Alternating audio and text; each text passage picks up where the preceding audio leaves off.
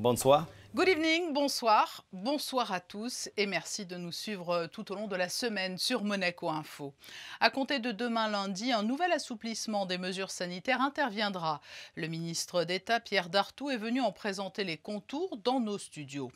Nous avons également cette semaine dressé le bilan avec les professionnels de l'activité générée par le Grand Prix de Formule 1 le week-end dernier. Tous se sont accordés à dire que si ce Grand Prix ne ressemblait pas aux autres, il avait tout de même constitué une belle bouffée d'air. L'heure des comptes pour le groupe Monte-Carlo SBM qui vient de présenter ses résultats consolidés pour l'exercice 2020-2021. Sans surprise, l'activité a été considérablement impactée. Cette semaine, nous nous sommes également penchés sur ce qui nous avait permis de traverser la crise. Pour les Méditerranéens que nous sommes, il y a eu la mer. L'apnéiste Pierre Frollin nous a expliqué, par exemple, que lorsque l'on contemplait la mer, c'est l'intérieur de nous-mêmes que nous voyions. Et Elena Rossoni-Notaire, directrice du musée d'anthropologie préhistorique, nous a révélé que cette crise nous avait incité à nous tourner aussi vers nos racines. Enfin, nous avons salué la belle 3e place des footballeurs monégasques au classement final de Ligue 1. Mais pour débuter donc, les précisions du ministre d'État sur les nouvelles modalités sanitaires mises en œuvre dès demain. Nous sommes dans une phase qui traduit une évolution favorable, voire très favorable. Hier soir, nous avions un taux d'incidence qui était de 10,4. Il n'a rarement été aussi bas. Et donc, nous considérons qu'il est nécessaire maintenant d'assouplir un certain nombre de mesures. Après concertation avec le Conseil national, j'ai donc proposé aux souverains, au nom du gouvernement, un certain nombre de mesures d'assouplissement. Oui, je pense que d'abord le Grand Prix a été, je remercie l'Automobile Club, a été bien organisé, très bien organisé. Et les mesures que nous avions mises en place ont été respectées. Et donc c'est effectivement un événement qui, par son importance, par le nombre de personnes qui y ont assisté, par les contraintes qu'il présente, doit nous servir de leçon. Nous devons tirer tous les enseignements, notamment pour les autres événements qui vont venir. Alors, très important, le port du masque, qui reste l'un des gestes barrières capitales, va-t-il être abandonné? Non. On est passé récemment à la génération, si j'ose dire, des plus de 35 ans. Et nous allons avoir donc des approvisionnements nouveaux la semaine prochaine. Et je peux vous dire qu'à compter de lundi, nous allons ouvrir à tous les adultes de plus de 18 ans. Alors, ni prudence ni méfiance, je dirais vigilance, mais on est un peu dans le même sujet. Je crois que c'est indispensable. Il faut toujours continuer à être vigilant. Comme je l'ai dit, le port du masque, les gestes barrières, se laver les mains très régulièrement dans la journée. Nous sommes sur la bonne pente. Et il faut être très raisonnablement optimiste. Nous avons fait des progrès importants. Je pense que nous sommes en capacité de surmonter les choses. Mais bien sûr, Monaco n'est pas isolé du reste du monde. Il y a bien sûr les risques qui peuvent toujours se présenter de par certains pays où se développent un certain nombre de variants qui peuvent être dangereux. Mais nous avons fait beaucoup de progrès en matière de vaccination.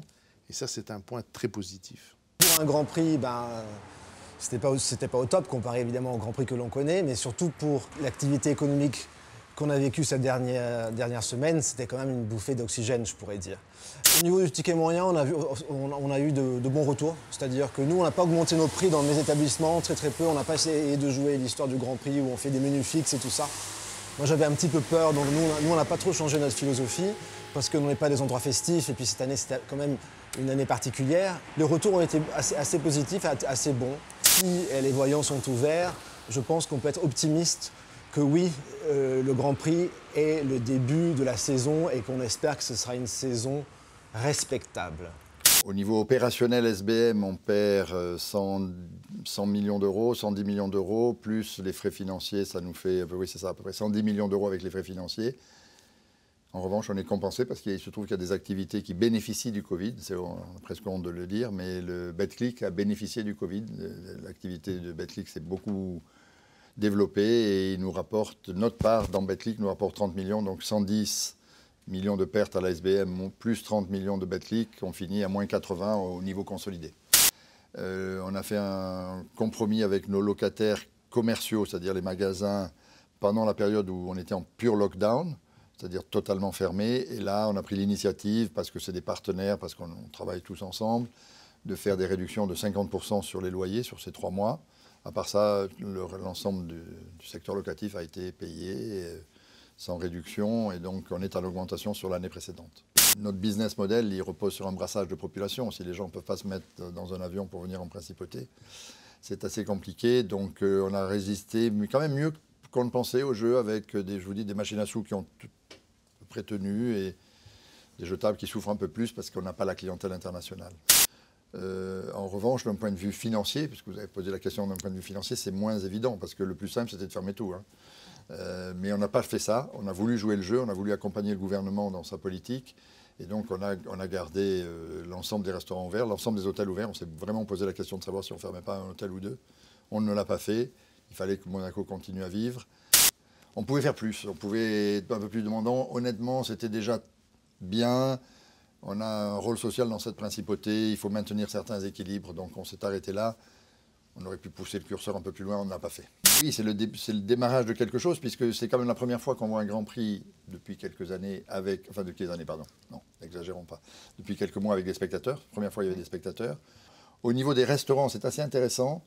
On a aussi là à peu près la moitié des couverts que l'on faisait les autres années pour 2 raisons. Il manque un peu de monde et surtout, il y a des mesures sanitaires.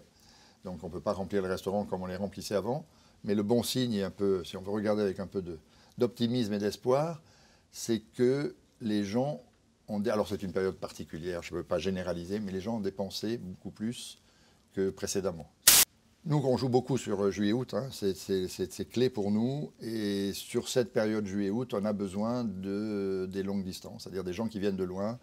Il semble que tous les chiffres, à part quelques pays asiatiques, tous les chiffres sanitaires vont dans le bon sens. À Monaco, plus que les autres encore. Donc on ose espérer que ça va se relâcher progressivement et qu'il n'y aura pas de mauvaises surprises du type variant indien ou autre. Au niveau spectacle, on a fait de notre mieux. Quand je dis on a fait, c'est encore l'œuvre de Jean-René Palacio qui nous a coûté il y a quelques jours. Et c'est lui qui jusqu'au bout nous a aidés à travailler, à monter cette saison. On aura un gala de la Croix-Rouge sur la place du Casino. Et donc voilà, on espère que les conditions sanitaires nous permettront de jouer à plein. Le Grand Prix, c'est la première porte ouverte vers un peu d'espoir, de retour à une vie normale. Pour l'événementiel, eh bien, il n'y a pas vraiment eu d'événement. Ils ont essayé de faire de leur mieux en respectant les règles sanitaires. Ils ont fait un peu de conciergerie, un peu d'assistance. Ils sont quand même contents parce que l'événement a eu lieu, il a eu bien lieu, les gens ont joué le jeu. Sur les terrasses, c'était des personnes qui invitaient des amis, ça a donné de la vie. Il nous a manqué bien sûr l'aspect festif, c'est-à-dire la musique, l'ambiance. Mais bon, la porte s'ouvre, oui, c'est l'espoir qui revient.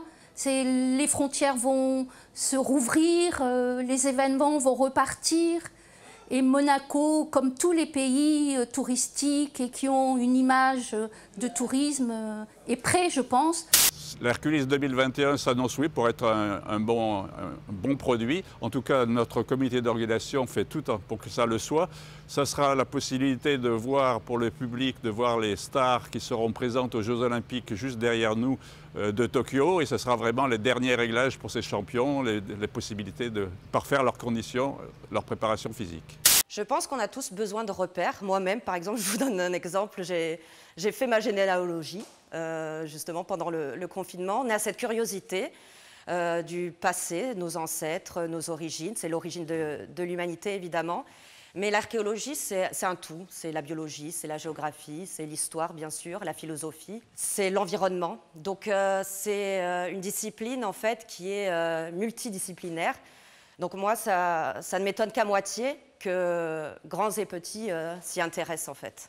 Une culture qui est vivante, malgré la crise sanitaire. La culture est restée ouverte et on en est très fiers à Monaco. Et oui, on accueille en fait tous les étudiants, tous les chercheurs. Et pour nous, c'est très important qu'elle soit accessible à tous. Je vous rappelle, on a mis par exemple l'entrée du musée à 1 €. C'est vraiment symbolique. Monaco, pour la petite histoire, a été occupée à minima depuis 300 000 ans. On a la magnifique grotte de l'Observatoire au sein du jardin exotique, par exemple, où on a encore fait récemment des découvertes fabuleuses. La grotte Saint-Martin, que l'on peut voir dans les jardins à côté du musée océanographique. Déjà, le corps humain, c'est 60% d'eau. Donc je pense qu'il y a un rapport avec l'océan, la mer, l'élément liquide qui est très très important. On peut y aller de différentes façons. On peut prendre un bateau, on peut aller pêcher, on peut nager. Et je pense que 10, 15, 20 minutes au bord de l'eau, sur l'eau ou sous l'eau, ça nous permet de tout oublier. Donc c'est vraiment un échappatoire, c'est vrai. Là, je vous parle et j'ai la mer en toile de fond. Eh bien, c'est l'horizon à perte de vue. Il n'y a rien qui arrête mon regard. La mer, c'est vraiment un échappatoire, vous avez tout à fait raison. Mais plus que ça, c'est un moyen aussi d'intérioriser énormément.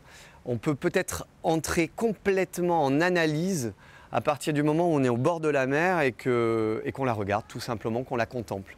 Regarder la mer, c'est très certainement regarder à l'intérieur de soi aussi. Je suis partisan de cette vaccination. Mon discours va être un discours d'information. Je pense qu'en tant que médecin, nous sommes là pour apporter une information claire sur la base des données scientifiques actuelles et respecter le libre arbitre de notre patientèle en leur expliquant que nous sommes dans une situation actuellement où malheureusement, nous n'avons pas beaucoup d'autres alternatives. On sait qu'il faut espérer une immunité au moins supérieure à 70% pour pouvoir sortir de cette pandémie. Beaucoup d'épidémiologues nous disent qu'il faudrait dépasser les 80, voire 90%. Et donc la vaccination s'impose comme l'outil principal et le seul outil actuellement pour permettre justement une immunité. Actuellement, nous savons que les vaccins à base d'ARN vont avoir un mécanisme d'action spécifique qui ne va pas agir sur le noyau de la cellule. Ça, c'est quelque chose vraiment d'important. Notre patrimoine génétique se trouve à l'intérieur du noyau et donc le vaccin n'agit pas à ce niveau-là. Il n'agit pas du tout au niveau des organes de reproduction, donc les risques sur la descendance sont nuls. Il n'y a actuellement aucune crainte par rapport à ce risque de transmission et encore une fois, n'agissant pas sur le noyau, le risque de modification génétique a priori n'est pas à craindre selon toutes les données de la science en vigueur actuellement. Pour la principauté, nous n'avons noté aucune complication grave sur l'ensemble des patients qui ont été vaccinés. On est à une quarantaine de % de la population, soit plus de 15 000 patients quand même vaccinés, avec aucun cas grave relaté à ce jour. In football, unfortunately, and you can tell by the way I look, there's always stress, whether it be positive or sometimes negative. But it's important that you try and make it as much as you can positive stress. It was a very intense game, rounding off a very intense season, where I think we've all seen the growth of a young team and a bright future ahead of us. I think it was extremely positive. I think we wanted to bring the club back to European football in some context. I think to be chasing the podium, to even be so close to the mighty PSG, to even be so close to the champions that are Lille, all the way through to the last game is great credit for everyone here at AS Monaco.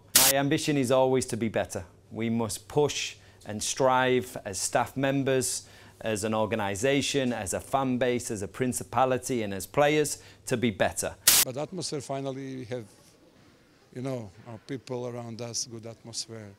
Okay, I know fortunately Le Mans play without players, you know, it was difficult to play with the 5 players, but they show some good energy in half part of the game, but okay, we play good, we want to, but it was difficult to show our best, especially now, game by game. It's very difficult to comment the game, to analyze and everything, but I think, okay, we are still in a good road, and we still don't know the project of the championship.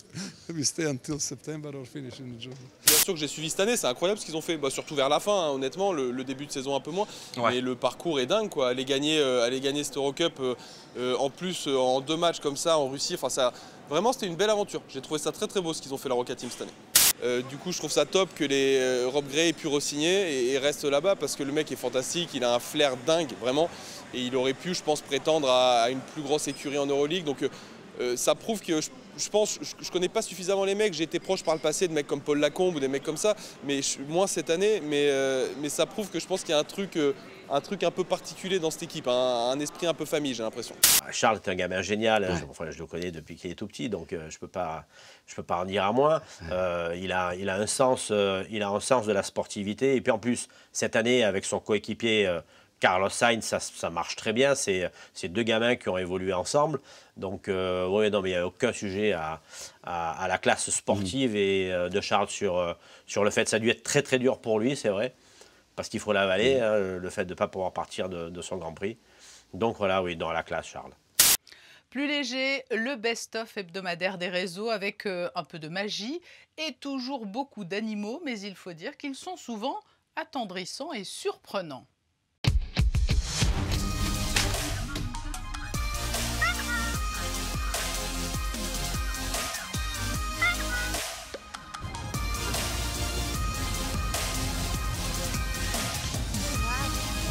Sure. Cool. Say cheese. Cheese. Oh, he's friendly.